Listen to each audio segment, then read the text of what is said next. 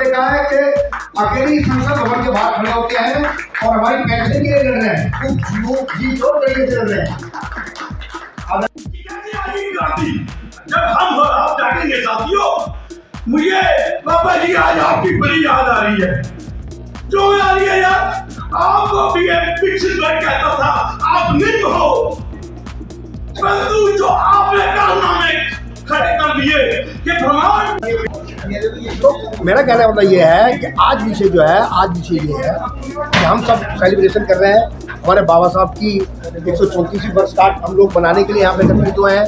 ये हमारा पूरा परिवार इकट्ठा हुआ है, जिस विद्यालय का परिवार है, जिसके अंदर ओबीसी के प्रधान, जिसके अंदर SC ST माइनॉरिटी के प्रधान, जिसके अंदर हमारे SC के, तो पंखा ले लो, टेबल ले लो, संस्था बैठ के सड़क पे काम कर रही है जैसे 45 साल पहले करती थी। आज भी वो संस्था अपना काम कर रही है। ये सब देख रहे हो, इसका सबूत आपके सामने। ये सब के सब पूरी जमात यहाँ बैठी हुई है, हर वर्ग का बैठा है यहाँ पर। यहाँ पे कोई ऐसा नहीं है, हर वर्ग के लोग यहाँ बैठा हुआ है। सर एक चीज़ और, चलो तो पहले आप लोग उन्हें काम कहते अभी तक करते आ रहे हो, लेकिन आने वाले तो युवा संस्थाओं से पीछे हटता जा रहा है। इंजीनियर बन गए, सब कुछ बन गया, लेकिन हम लोग संगठित नहीं हुए और संगठित होना भी हमारी मेन चीज जो है हमारे संगठन। अब ये हम सेमिनार कर रहे हैं, 14 तारीख में हम पार्लियामेंट में जाते हैं, हजारों लोग की भीड़ आती है। हर साल ये होता है, लोग पूरे कंट्री में हजारों करोड़ हम फूक रहे हैं। आप ये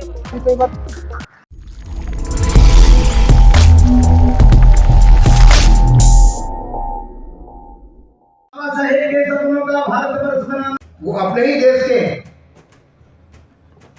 देश के एक राज्य में छुट्टियां मनाने गए थे।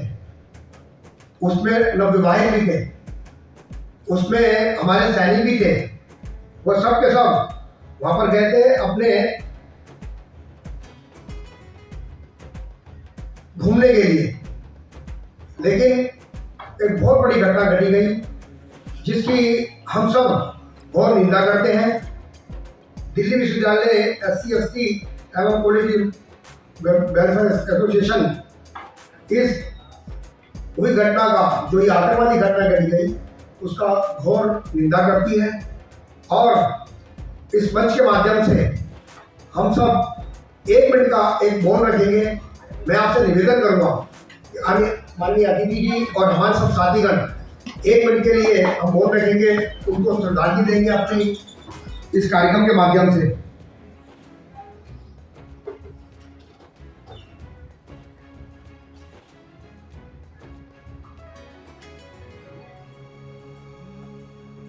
आपने हमारे माताजी साहब ने भी कंधे से कंधा मिला के इस एसोसिएशन को प्रारंभ किया। हमारे मध्य में हमारी जो बरवाला पंचायत है, हमारी श्रीनिवास जी जो प्रधान के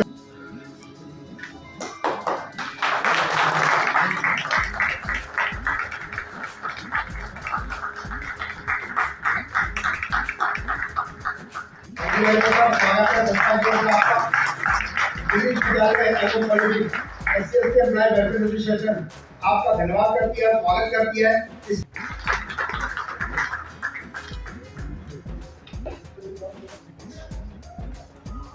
धन्यवाद सर। प्लीज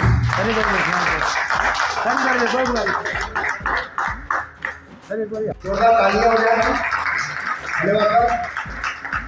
मैं निवेदन करूंगा आदरणीय प्रेम जी से, जैसा कि समाज के लिए लड़ने वाले व्यक्ति हैं। मैंने कई बार देखा है कि अकेले संसद भवन के बाहर खड़े होते हैं और हमारी पेंशन के लिए लड़ रहे हैं, खूब जी जोर तरीके से लड़ रहे हैं। आदरणीय प्रेम जी, हाँ जी का धन्यवाद सर।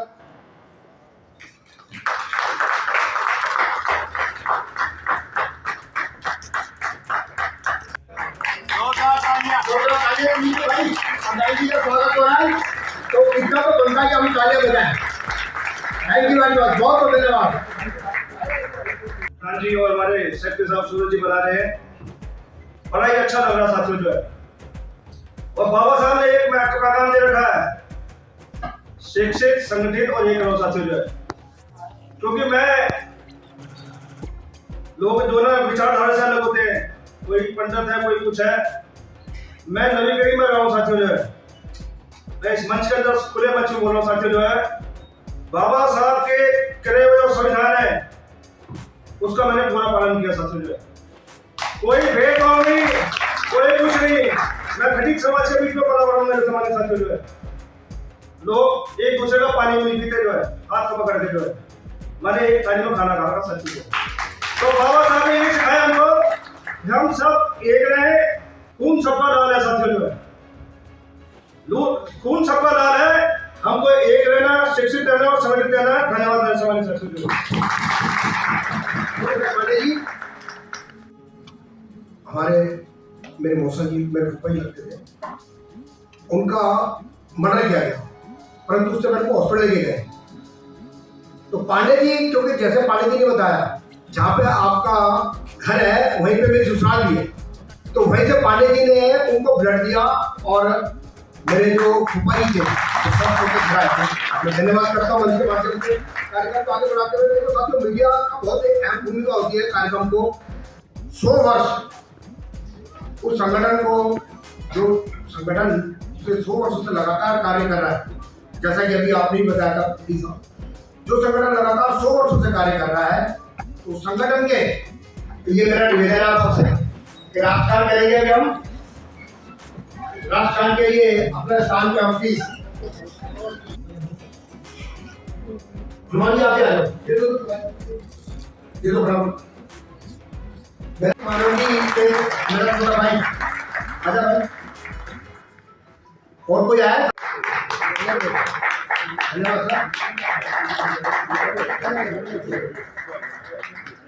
किसी को अपने जीवन में उतारने साहब तो हमारी जिंदगी क्यों ना बन जाए साथियों। आज क्योंकि उनको क्यों छूट मिली है, पता है क्यों छूट मिली है? छूट इसलिए मिली है कि वो आपका शोषण कर सके, आपको वो दबा सके, इसलिए उनको छूट मिली है जो मर्जी हो। जबकि दिल्ली यूनिवर्सिटी का जो संविधान है उसमें लिखा गया है नो एडमिटी में कोई भी आए उसका टाइमिंग 9 से 5:30 है। कभी देखा है आपने उनको आते हुए? आपकी अकाल कौन खराब करता है जो 11-12 बजे आते हैं दिन भर? 1% काम नहीं है साथियों, आज हमें जागना पड़ेगा। आज हमें बाबा जी का नाम देखने के बाद जागना पड़ेगा साथियों। क्रांति हमें बाहर नहीं लानी है, क्रांति अपने घर के अंदर लानी है, अपने समाज में क्रांति लानी है। कि कैसे आएगी क्रांति? जब हम और आप जागेंगे साथियों। मुझे बाबा जी आज आपकी बड़ी याद आ रही है। क्यों आ रही है यार? आपको भी एक विकसित वर्ग कहता था, आप निम्न हो, परंतु जो आपने कारनामे खड़े कर दिए, ये ब्रह्मांड भी खत्म हो जाएगा, आपका नाम खत्म नहीं होगा। उसी प्रकार ये छोटी छोटी संस्थाएं भी कभी खत्म नहीं होगी, क्योंकि कर्मचारियों को उन्होंने 3,2400 ग्रेड पे हमें लड़के लिया। आओ आज हम कसम खाएं अपने साथियों के ग्रेड पे के लिए मिलकर साथ करें ये, और कभी भी किसी का पाठ खराब न होने दे, किसी भी अशोषित व्यक्ति को अपने ऊपर हावी न होने दे। आज ये कसम खानी चाहिए हमें अपने बाबा जी के जन्मदिन पर। अगला बार जो दिन आए तो वो दिन आपकी पाठ खराब करने पर हमें बोल के कार्य नहीं करना है, हमें दिखा के कार्य करना है। हमें जो है वही होता है जो लड़ता है, और लड़ता है ईमानदारी से लड़ता है, जब लड़ता है जो जीतते हैं। जय भारत जय भीम। जब तक सूरज चांद रहेगा बाबा जी आपका नाम रहेगा। जिंदाबाद जिंदाबाद, जय भारत। नमस्कार, मैं तुम्हारा समाचार स्वागत है यूनिवर्सिटी के अंदर, और यहाँ पे बाबा साहब डॉक्टर भीमराव अम्बेडकर का 34वां जन्मोत्सव मनाया गया और तमाम यूनिवर्सिटी के लोग मौजूद थे। बाबा साहब का क्या उद्देश्य था, क्यों मनाया? देखो, मैं ये मानता हूँ कि बाबा साहब को जितना याद किया जाए उतना कम है। आज इस सभागृह में ऐसे ऐसे व्यक्ति आए थे जिन्होंने अपने विचार रखे, और विचार से क्या बढ़ता है? विचार से तो ज्ञान बढ़ता है, ज्ञान बढ़ता है, ज्ञान से जानकारी मिलती है। अब ये देखो ना जी, एक हमारे वक्ता जी ने बताया कि 150 साल लगे अमेरिका जैसे देश को महिला को वोट का अधिकार देने के लिए, और हमारे देश के अंदर अम्बेडकर साहब ने 3 वर्ष के अंदर ही महिलाओं को वोट देने का अधिकार दिला दिया। तो ये नहीं था ना हमारे को पता, ये हमारे को पता लगा। बहुत सारी ऐसी जानकारियाँ हमारे वक्ताओं ने जो कि हमारे बीच में आए थे, उन सब ने हमको ऐसी ऐसी जानकारी दी कि सबका देखो मानसिक, शारीरिक, बौद्धिक, ये हर तरह का विकास होना चाहिए व्यक्ति का, तब वो तरक्की करता है। तो मेरा ये मानना है आज का कार्यक्रम जो रहा बड़ा भव्य रहा, बड़ा सफल रहा। उसका कारण ये था कि हम सब यूनाइट थे, हम सब एक थे, हम सब ने मिलकर करा, किसी व्यक्ति ने नहीं किया ये कार्यक्रम, सबने किया और सबने मिलकर किया। सर दिल्ली विश्वविद्यालय में भागीदारी कितनी SC/ST की? भागीदारी तो सबसे पहले उठता है। भागीदारी की जहाँ तक बात कह रहे हैं सर आप, भागीदारी के लिए मैं तो ये कहूँगा कि हमको यदि विश्वविद्यालय के अधिकारी जो हमारा हक है रोस्टर के अकॉर्डिंग कह रहा हूँ सर मैं, यदि वही टाइमली दे देना बहुत बड़ी बात है। देश आज़ाद हो रहा है 1947 के अंदर, संविधान लागू हो रहा है 1950 के अंदर, परंतु रोस्टर का मिल रहा है 97 के अंदर। 43 साल का कहा गया हमारा हक नहीं मिला यूनिवर्सिटी के कर्मचारी को, बैकलॉग नहीं मिला अभी तक हमारे को, उसको नहीं मिला हमारे। तो मेरा कहना मतलब ये है कि आज विषय ये है कि हम सब सेलिब्रेशन कर रहे हैं, हमारे बाबा साहब की 134वीं वर्षगांठ हम लोग मनाने के लिए यहाँ पे एकत्रित हुए हैं।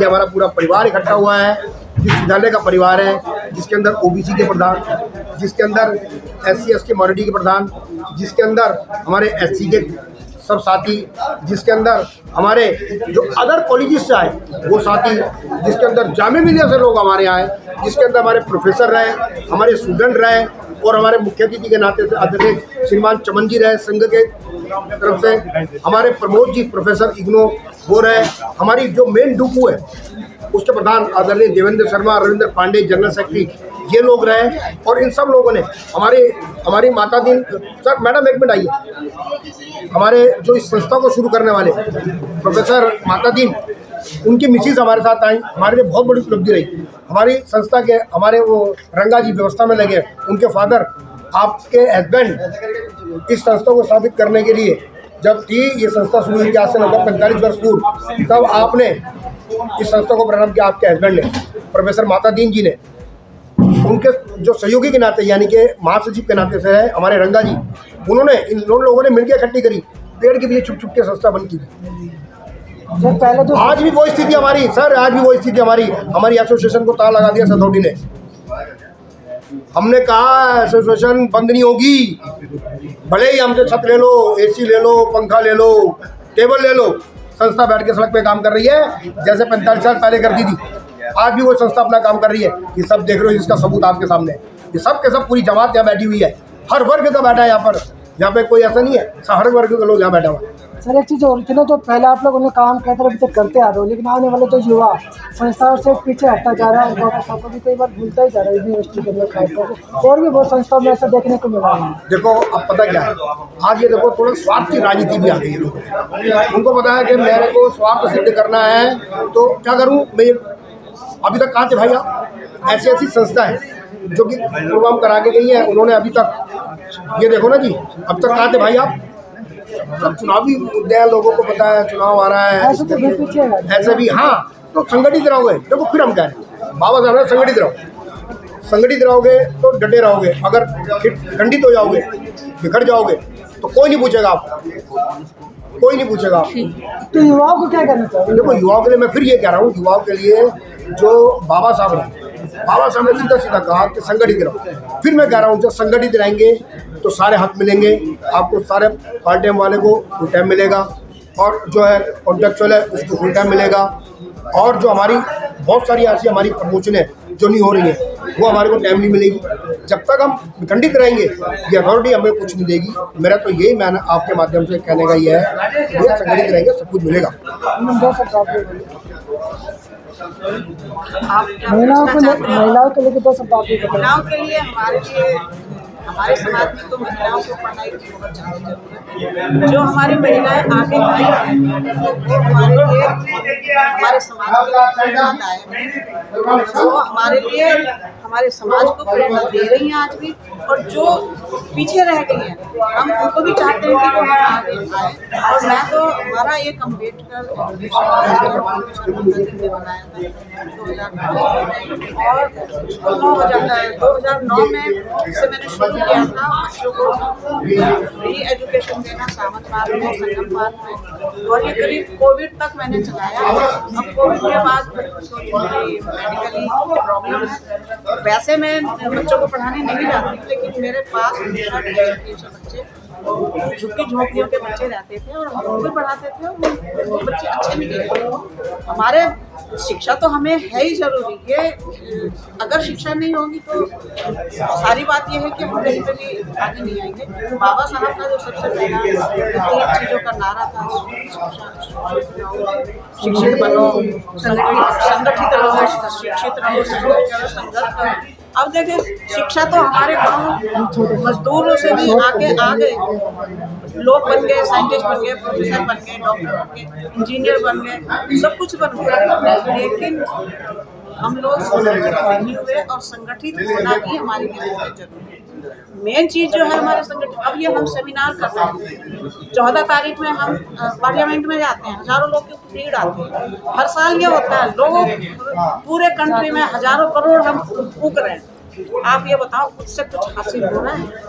अगर हम यहाँ पे एक दान पात्र लगाने अपनी इच्छा से दान करके जाओ, पार्लियामेंट में भी लगा, कहीं पे भी लगाए, कहीं पे भी सेमिनार, कम से कम एक एजुकेशन के नाम पे हम बाबा साहब का एक फोटो बना दें जो गरीब बच्चों को पढ़ाए। जो कहीं पे बच्चों में क्या हो रहा है, दूसरे स्कूलों के बच्चों में क्या होमवर्क नहीं आ रहा करके बच्चा उसको मार दे रहे हैं, किसी की मटकी छू ली उसको मार दिया है, किसी का काम नहीं, फीस नहीं भरी उसको एडमिशन नहीं दिया, उसको खत्म कर दिया। हमें भी चाहिए हमारे स्कूल का है ना। ये था हमारे साथ पूर्व प्रधान जो यूनिवर्सिटी की यूनियन के था। सर मैं आपसे एक सवाल पूछना चाहूँगा, पहलगाम में तो 27 लोगों को चुन चुन के मारा गया, धर्म पूछ के मारा गया, ऐसा हमारे पूरे देश के अंदर हजारों सालों से जाति पूछ के भी मारा जा रहा है, क्या करना चाहूँगा? देखिए मैं तो यही कहूँगा कि इस देश में जो ये अपराध हो रहे हैं, जघन्य अपराध हो रहे हैं, और जो हमारे देश में